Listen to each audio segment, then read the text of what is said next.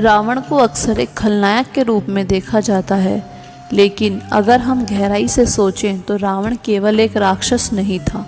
वह एक महान विद्वान, तपस्वी और भगवान शिव का परम भक्त था। रावण ने अपनी साधना से ब्रह्मा जी को प्रसन्न किया था और 10 सिरों वाला ज्ञान का प्रतीक बना। उसने चारों वेदों और 6 शास्त्रों का अध्ययन किया। उसकी विद्वता इतनी ऊंची थी कि देवता भी उससे डरते थे। लेकिन रावण की सबसे बड़ी कमजोरी थी उसका अहंकार। उसने ज्ञान तो प्राप्त किया, पर उस ज्ञान का सही उपयोग नहीं किया। रावण हमें यह सिखाता है कि केवल बुद्धिमान होना ही काफ़ी नहीं, जब तक उस बुद्धि का उपयोग सही मार्ग पर न हो। रावण के जीवन से हम यह भी सीखते हैं कि कितनी भी शक्ति, वैभव और ज्ञान क्यों ना हो, अगर मन में अहंकार घर कर जाए तो पतन निश्चित है।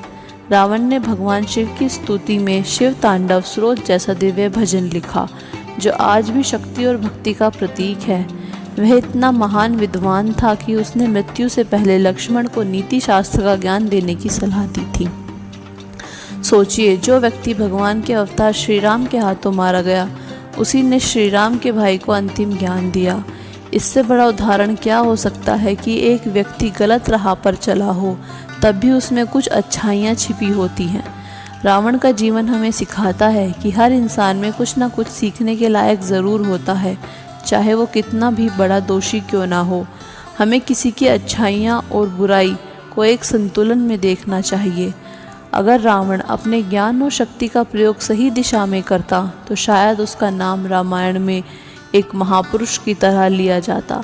भगवान राम ने भी रावण का अंतिम संस्कार राज के सम्मान से कराया, क्योंकि वे जानते थे कि रावण एक ज्ञानी पुरुष था, केवल अपने अहंकार का शिकार हो गया था।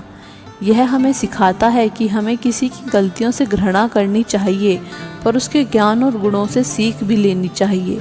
रावण का जीवन हमें यह प्रेरणा देता है कि आत्मविकास के मार्ग पर चलो, पर अपने अंदर झांक कर देखो कि कहीं अभिमान तुम्हें विनाश की ओर तो नहीं ले जा रहा।